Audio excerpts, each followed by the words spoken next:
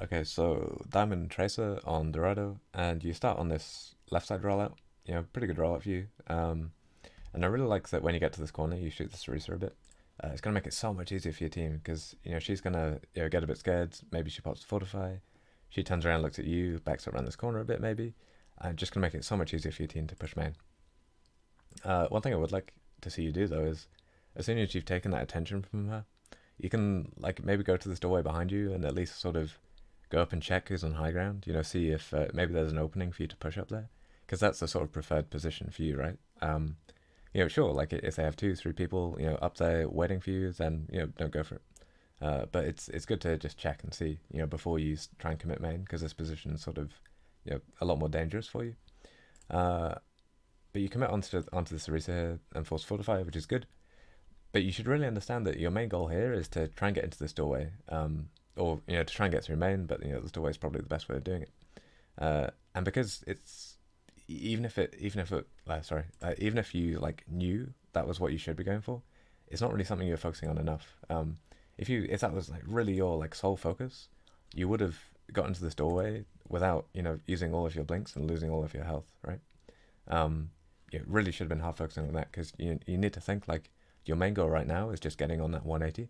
Um, but it's okay, because you get through. Like, sure, you have no health, you have no resources or no blinks, but it's fine. Like, you're through on the 180, and here you have like a pretty good chance to reset.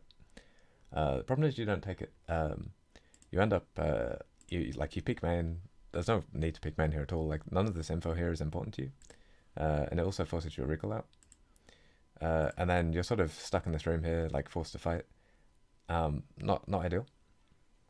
If we go back, yeah, if we go back, you had a decent chance here to really sort of extend this flank. I'll see if I can pause it at a decent time. Oh, that's not that good.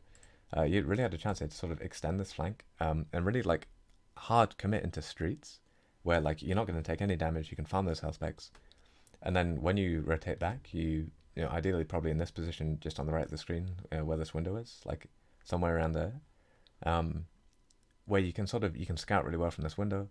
And you remember as well, like when you come back, this payload's probably going to be around the corner, which means that the fight's going to be just about to start, right?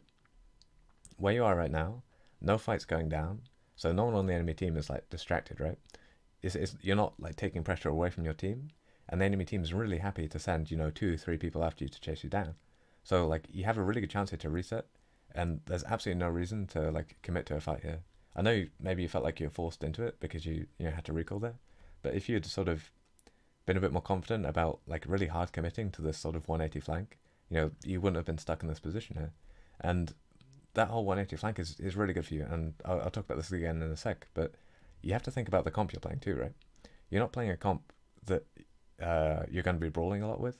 You're playing, Rein Zarya into Orisa, which means that, nothing's going to happen for a long time, and then suddenly your Rein's going to push through and you're going to be fighting. And right now, you're so far away from that phase, so you committing to brawls here, like, doesn't really help your team that much. And, you can afford to, like, not really do anything but set up that 180 flank for, that 10, 20 seconds it's going to take, before your Rein starts that fight.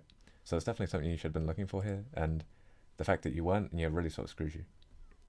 Yeah, so second fight here, come up main again. And I really don't like sort of how long you help this Rein in main.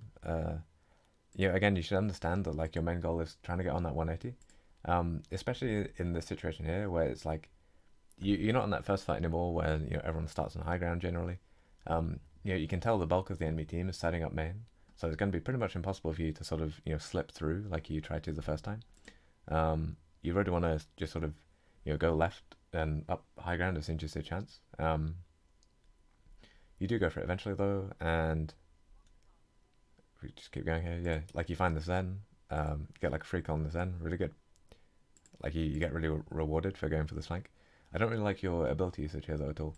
I mean, I guess it's okay up to the recall. But after the recall, you had this really good chance here to sort of like reset again. Let's pause here actually. Similar to the first time, because you can treat this pick on the Zen as like quite literally just a pick, right? Like you found him, you killed him, and now you can back up. because it feels like you're very used to this, like these comps, like these dive comps, when people playing like Winston's, Hammonds, Genjis and stuff, where, you know, usually like after you got this kill, the whole team would be following you up and like they'd commit and you'd keep the brawl going. But you should really understand that this isn't one of those situations. Actually, we see later on in the VOD like when the enemy team's playing, they're playing Winston's and like I think they play Genji as well. Like your tempo that you're trying to play fits so much better into that play style, and you perform really well in that situation. But you need to understand like when it's not one of those situations, and you need to try and adjust your tempo a bit. So like again, what we were saying just before about like how the Ryan plays into Orisa, nothing's gonna happen for a long time, and then suddenly he's gonna push through the shield, ideally with Zarya bubble, and then you're gonna be brawling, and that's a really good, and like that is the sort of the situation you want to be waiting for, and the situation you want to be setting up for. So this goes really good. But now again, you have another opportunity to sort of set up on that flank and you know wait for that Ryan to come in, and like once that engage comes in, when you hit the flank, you're gonna make it so much easier for your team because maybe like two people turn around and think, oh, there's a tracer behind us, we're gonna shoot them, taking all that pressure off main. Maybe those people were really distracted by the Ryan, so you can get those like one clips in backline. So there's really no pressure on you right now to sort of commit to a brawl, because we can see quite blurry, but like your team's all on payload at the moment. They're so far away from being able to commit to the brawl that you want to go for, and you really need to think quite a lot about sort of like adjusting your play to the comp matchup. I'd like it would help you a lot because right now you have a chance to reset. You can play on this corner here. Maybe you can even go left side and start flanking through here again. But there's no pressure on you at all to commit to this here, because it feels like you're seeing chances to go for these fights and you're just going for them and hoping that your sort of mechanics carry you through. And somehow you make it out of this one. I'm not too sure how, but like it's making it so difficult for you, and it's like if you wait a bit longer, you can find these much better situations to go for, and you'll die a lot less, in these situations where like the playstyle of your team is a little bit too slow to keep up with the tempo that you're trying to go for. Okay, I do want to finish talking a little bit about your mechanics. Generally, mechanics very good, right? You delete a lot of people this game, especially when they're walking in straight lines. However, a few situations where people were not walking in straight lines. So I want to talk about something that's going to make it a lot easier for you in those situations. And this is like this idea of sort of staggering your clip as Tracer.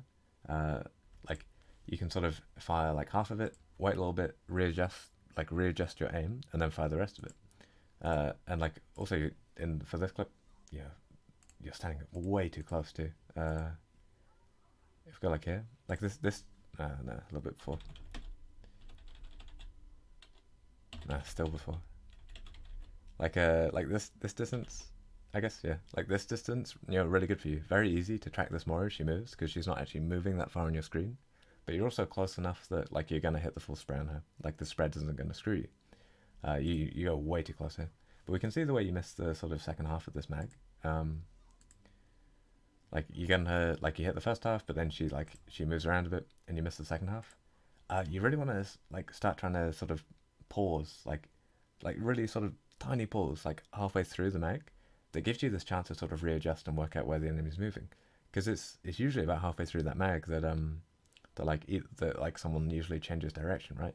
Either they're sort of already like naturally like AD strafing, but more likely they're going to be sort of reacting to the fact that you're shooting them.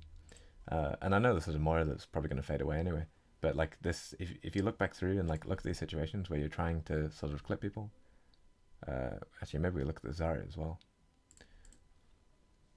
You see, like you're looking at the Zarya, you're just holding down mouse 1 and like hosing out the entire spray at her, when like you could be focusing on hit 20 shots in the head, wait for it to move, hit 20 shots in the head, and as you get more used to this, like that little pause between those like two halves of the mag, it'll become really small, right? You almost won't even notice it, and like this is a really good way of sort of improving your mechanics that isn't just like hard grinding and bullet hosing. Okay, so to sum up, read those comps, right? Understand that comp matchup. If you're playing Rein Zarya into an Orisa, the only real thing you can do as Tracer is, get on that 180 flank, and you want to be committing like everything to doing that, and you have a lot of time, to really sort of hard commit to that flank, so that when that Rein finally pushes through the shield with bubble, you're going to be behind them on that 180 with your resources. You can hit the enemy team from behind and really help your team win the fight. And if you do get that opening fight pick, again, treat it as a chance to like reset, right? Because the chances are your team aren't going to be able to sort of follow you up and start a brawl. So just get that pick, back up, wait for that team, really try and adjust your tempo to the heroes that your team's playing. And for that mechanic stuff, I might make a video about this because a lot of Tracer players struggle with this. But really think about stuttering your aim a bit, right? Try and think about your mag as having these sort of two separate segments, right? First segment, pause, look at what the enemy's doing, which way they're moving now, re-aim and shoot the second segment. And you'll find it a lot easier to get these sort of one clips.